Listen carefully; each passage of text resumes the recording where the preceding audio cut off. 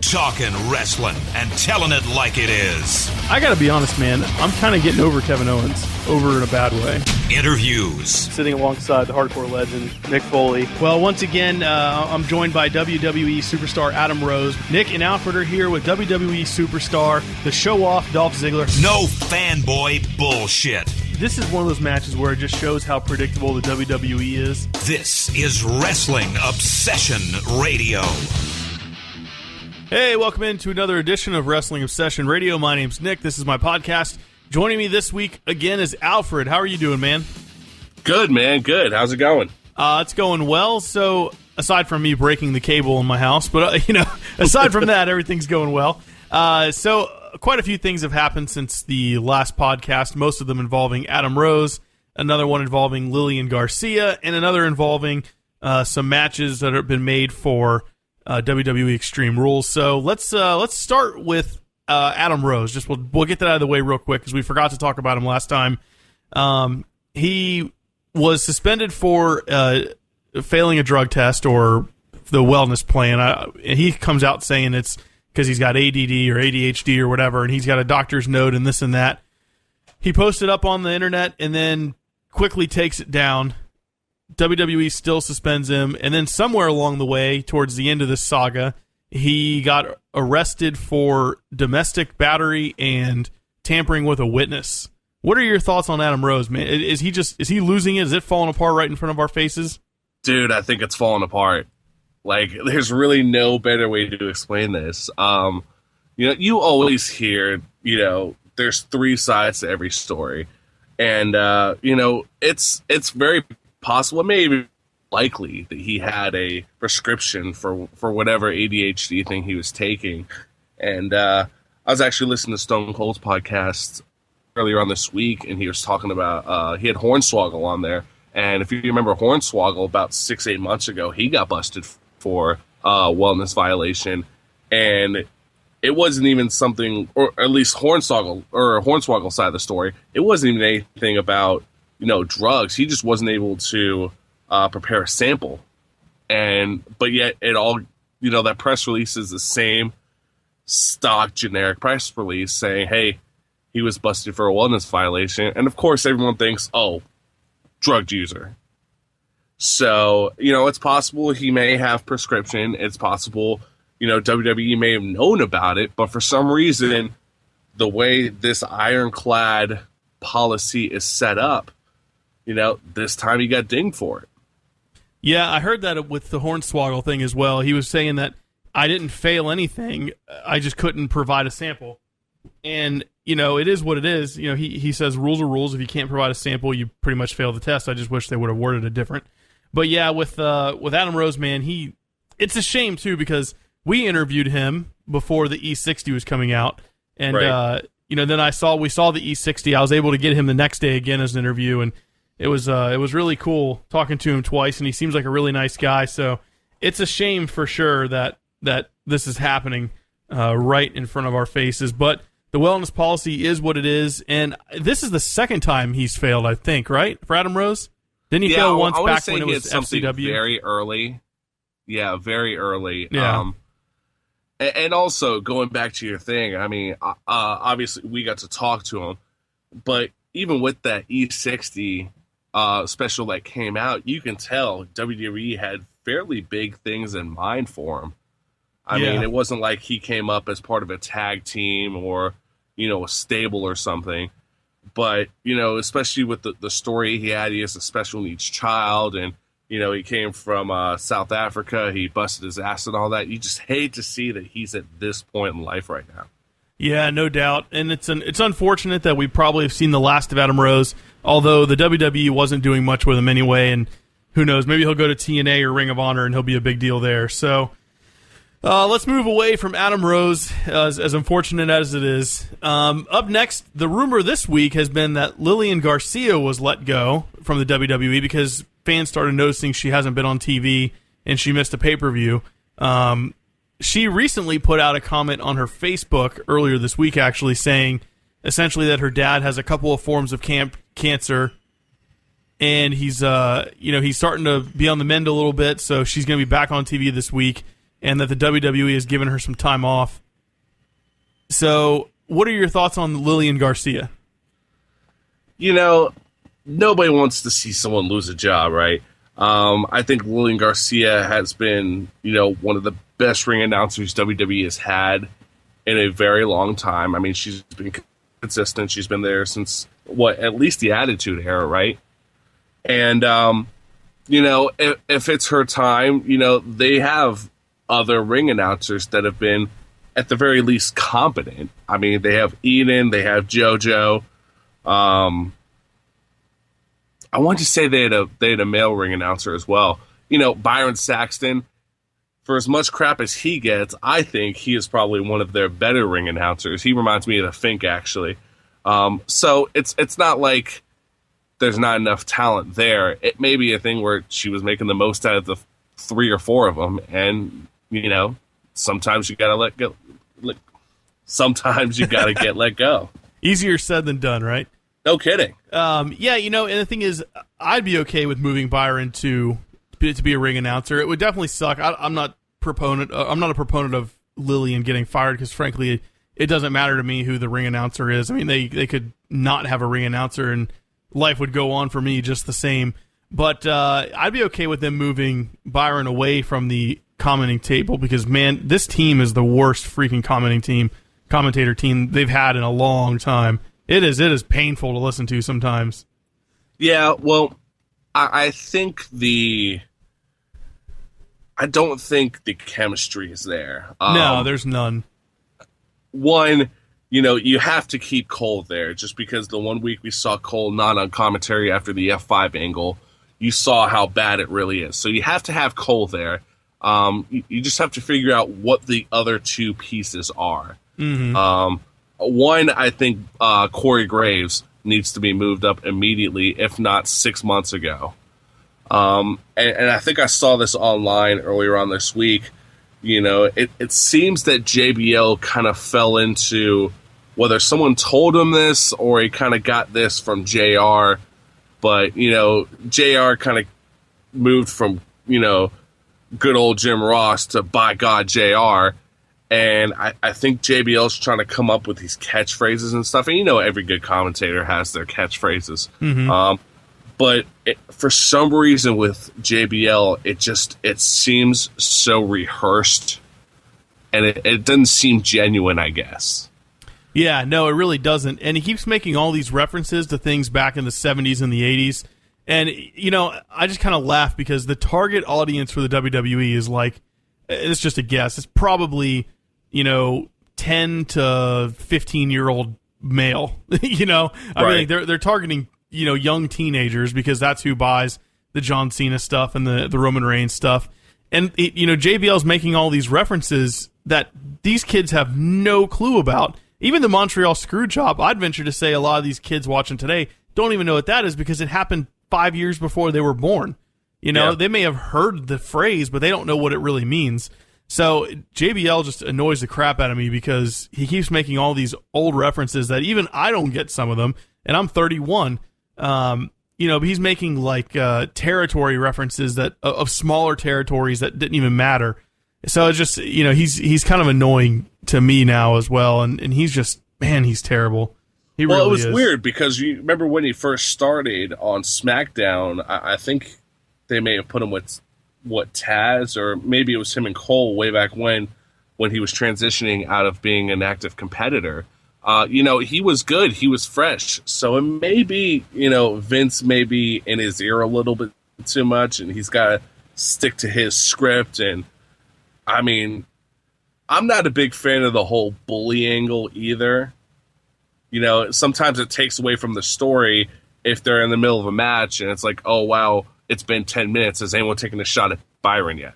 Well, and that's the thing, too. I, as listeners of this podcast, and I listen to Vince Russo's podcast, and I know everybody hates him, but whatever. So he was talking about the Brawl for All and how that got started and, why he pitched the idea. And it's because he says that JBL was a straight-up bully in the back.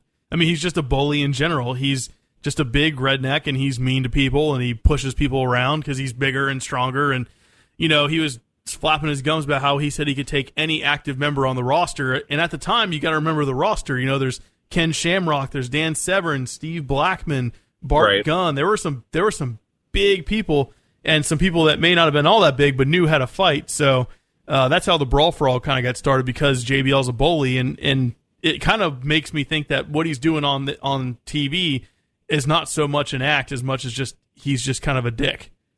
I mean, I could take it or leave it. There are times where, someone does get one over on Byron, and it is funny. Oh, I love it. Listen, when Kevin Owens came on during the last pay-per-view, Payback, and he was just ragging on Byron the whole time, I thought it was hilarious. So I'm not opposed to giving Byron some crap, but the JBL thing just feels forced, and even over the last year and a half, it's changed. It used to be a lot funnier and more organic. Now it's just, it's tired and old. A little bit, but I mean, so let's play, let's play backstage booker here. Who do you put in that third spot? I mean, if you're gonna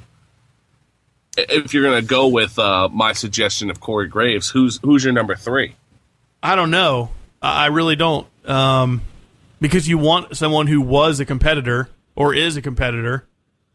Someone that can talk. Either that or just you need the face heel dynamic. Well, Corey Graves is kind of the heel guy, right? On NXT. Yeah. For the most part. Yeah. So, excuse me, I can't talk or breathe. I don't know who I'd put on there. It would take some thought for sure. I mean, you could bring Booker back. Nah. I don't think that's a good idea. You can move. I'd take Mauro Ranallo.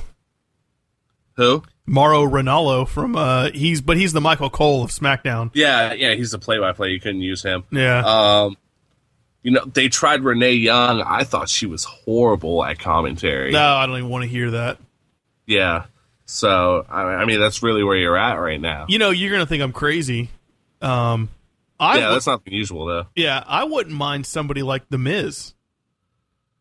If he wasn't in his current gimmick, if he would drop his gimmick a little bit, I think he'd be a good talker. I think he'd be good on the mic. Yeah, the only thing is, I mean, especially lately with all the injuries, you need someone as kind of that believable mid-card guy.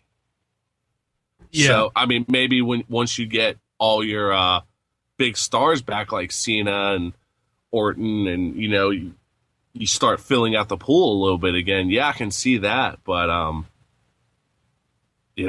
just don't know. Did you see there was a Rolling Stone interview with Sandow?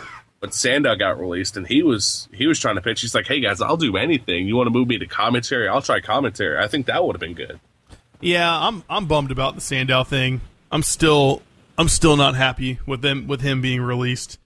There definitely was something they could have done with him, and putting him on, taking Byron off, running an angle where he gets hurt or something, taking him off the desk and putting Sandow up there would have been good, I think, for at least a couple of weeks just to give it a shot.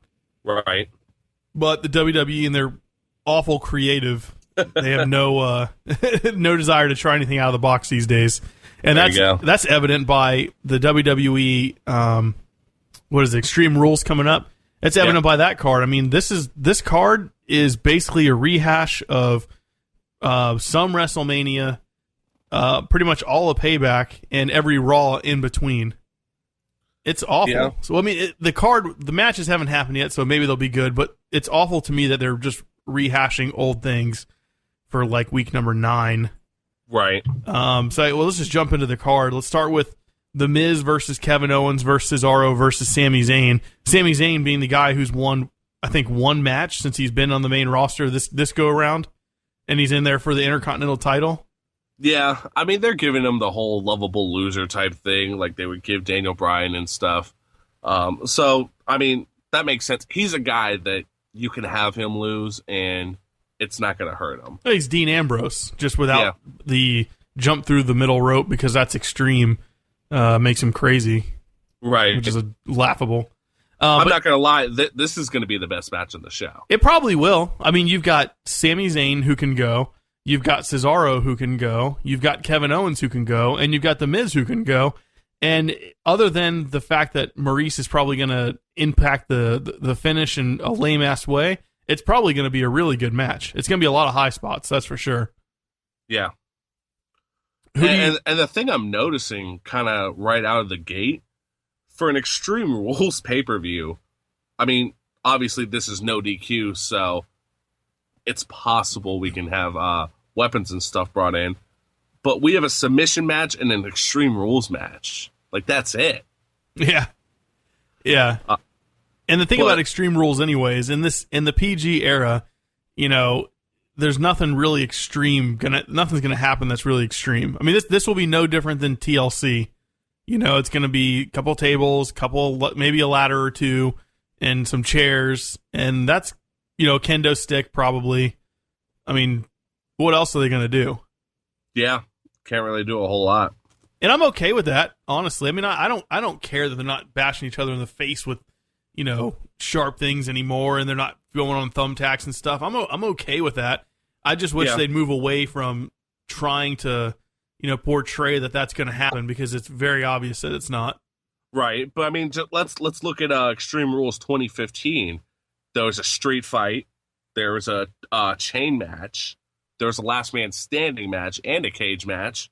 And if you really want to, you know, just for shits and giggles, there's a kiss my ass match too. So that was yeah, I mean, at least there were some gimmick matches on there that made it seem out of the norm. I mean, we got a fatal 4-way. We've got a singles match for the WWE United States Championship. Like you said, a submission match. Woohoo, that's extreme. That's how those matches end anyway, with the women's matches. They're almost always submission. Yeah. Then you've got a tag team match, and then you've got an Extreme Rules match. So like you said, of the 5 that are out there so far, only 2 have a gimmick to them, and only one's actually labeled Extreme. Right. Kalisto versus Rusev. So basically, Rusev has replaced Ryback in this feud pretty quickly and seamlessly. Except I think Rusev's going to win. That's, I think, the difference. Yeah, I wouldn't be surprised if Rusev won this match. You know, for some reason, you have Kalisto, who is this super athletic, you know, kind of the second coming of Rey Mysterio, and you know, we're lucky if we see him on Raw every other week. Mm-hmm. Yeah, I don't get it. And dude, they put him on commentary last week. Holy cow! Did you sit through that? Yeah. Well, I mean, it just sounds like he's not comfortable there. Because he's definitely fluent in English. The dude's from Chicago. So, you know, I mean, they've just done a horrible job grooming him, you know, especially if they're always trying to, you know, play to the Hispanic audience. And, you know, there's always this huge piece of the pie they have to chase there. You know, why not put him in acting classes? Put him and Cesaro in the same friggin' acting class for the next 4 months, and maybe you can get some talent out of these guys. Yeah, he was so bad on commentary. And, you know, the thing is, like, all right, he's got the headset on. They're feeding him lines in the back. But not everybody can be fed lines and regurgitate them. And not everyone can be saying something and hear someone tell them to do something in their ear and not lose their train of thought.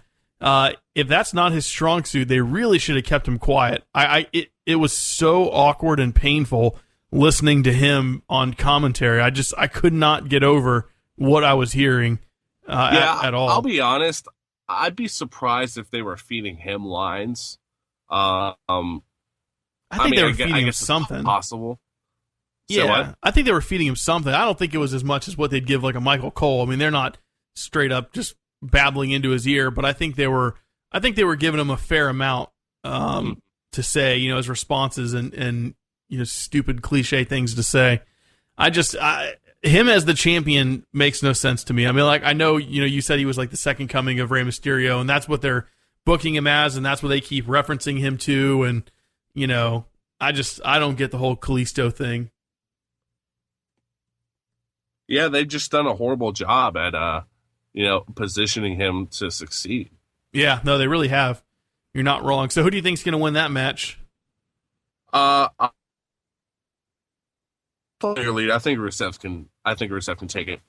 Yeah, I do too. I think they're going to put the belt back on him and have him start challenging a lot more, and I think it'll be better for the belt because, I mean, with Kalisto, he won it at a pay-per-view, and then he wasn't on TV for a few weeks. He defended it in the pre-show, wasn't on TV for a few weeks, and it doesn't make any sense the way they're using him.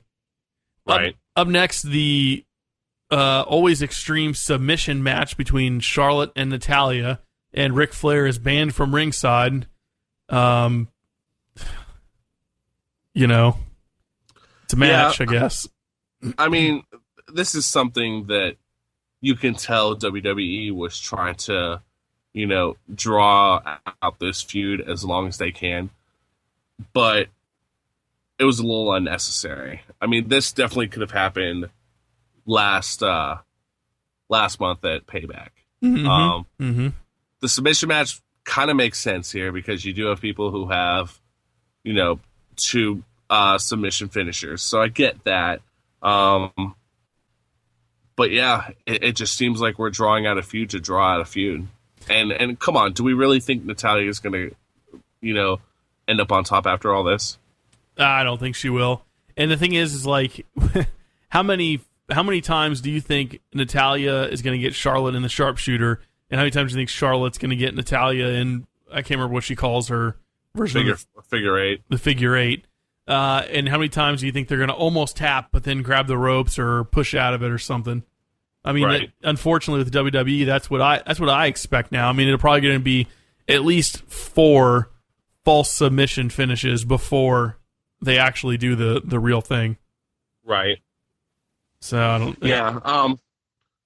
I was talking to someone earlier on this week. It's like, you got to find that balance because with WWE, you do kind of tend to fall into a routine of false finishes and stuff like that. But then if you go on the other side, you have, like New Japan, Ring of Honor and stuff like that, where they do all this flippy stuff and it's all fast paced, but, you're moving too fast from sequence to sequence. You're not really telling a story. Yeah, and here's the thing: like, I'm good with false finishes if they're done, sparingly and in the right places. Like every time there's an I Quit match, the referee asks whoever is wrestling if they quit like 15 times, and it's like if you're 4 minutes into the match and somebody gets you in, some lame submission move, they're not going to quit 4 minutes into the match.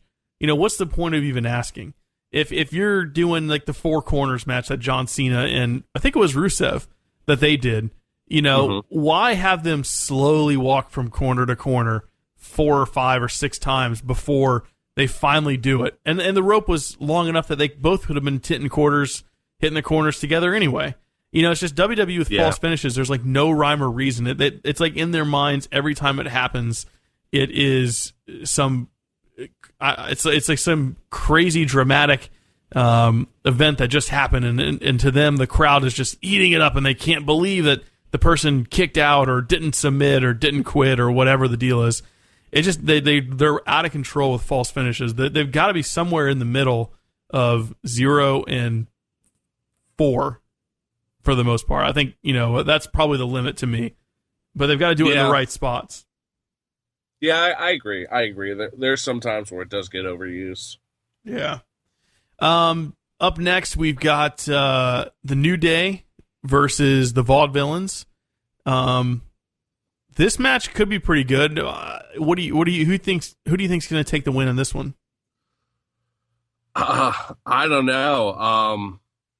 I'm kind of hoping Enzo and Cass kind of interrupt this, because I would like to see this become a 3-way at the next pay-per-view.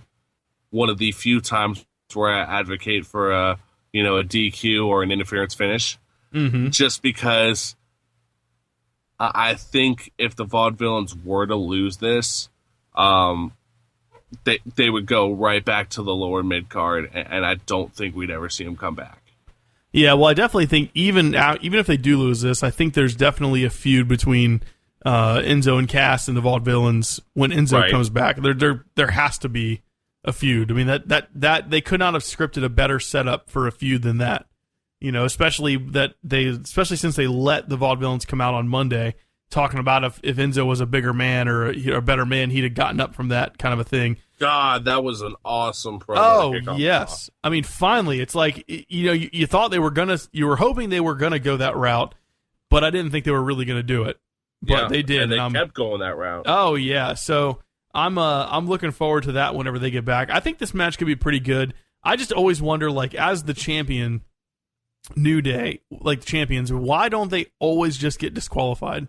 Why don't they always have the third man on the outside get involved in some way and get them disqualified? Because if you're disqualified, you're still the champion, right? Especially when they're heels. I know they're trying to get them to be faces at this point, but especially when they were supposed to be heels, just keep getting DQ'd nonstop and make it. And that way you can make it like, instead of having Flair not at the thing, it could be the third man can't be at the ringside, and if they do come out and get disqualified, the champion changes hands, or championship changes hands. Go ahead. That makes sense storyline wise, but the thing I always talk about is eye roll. You don't want people to, you don't want people to get booed because they're like, oh, good, it's this guy again. Like, I don't know if you've been following NXT lately, but Elias Sampson, he gets so much eye roll because people don't want him to go away because he's doing it. They just want him to go away. Right. And, obviously Vince's eyes, there's no such thing as bad heat. But, if your character isn't getting over, you don't want people to be booing you because, I'm trying to get there. It just wouldn't make sense. But I think it's not the right kind of heat. But I think the difference is that with the New Day, they're so over, that and if they can be creative about the way that they get DQ'd, I think it'd be really funny. I maybe if they didn't do it every time, but I think if they were to do it a few times, I would think it's hilarious. I guess if it becomes in every match they get DQ'd, yeah, you're right. The fans are just kind of like, oh, well, we know what's going to happen here. But, that's what you really want to avoid, especially when you have someone who's already over like that. Yeah. You don't want to blow it.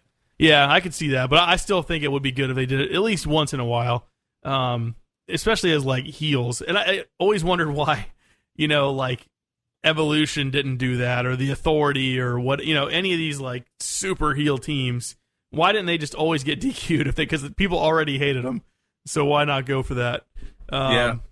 Well, we're coming down to the last about a minute and a half here, so I think what we'll do is we'll save Roman Reigns versus AJ Styles, because we're recording this on Sunday the 15th, and WWE Extreme Rules is a week from today. But I think what we should do is we should wait till after Raw tomorrow, because they've actually, and I'll give WWE credit, they've been doing a fairly decent job of building this storyline.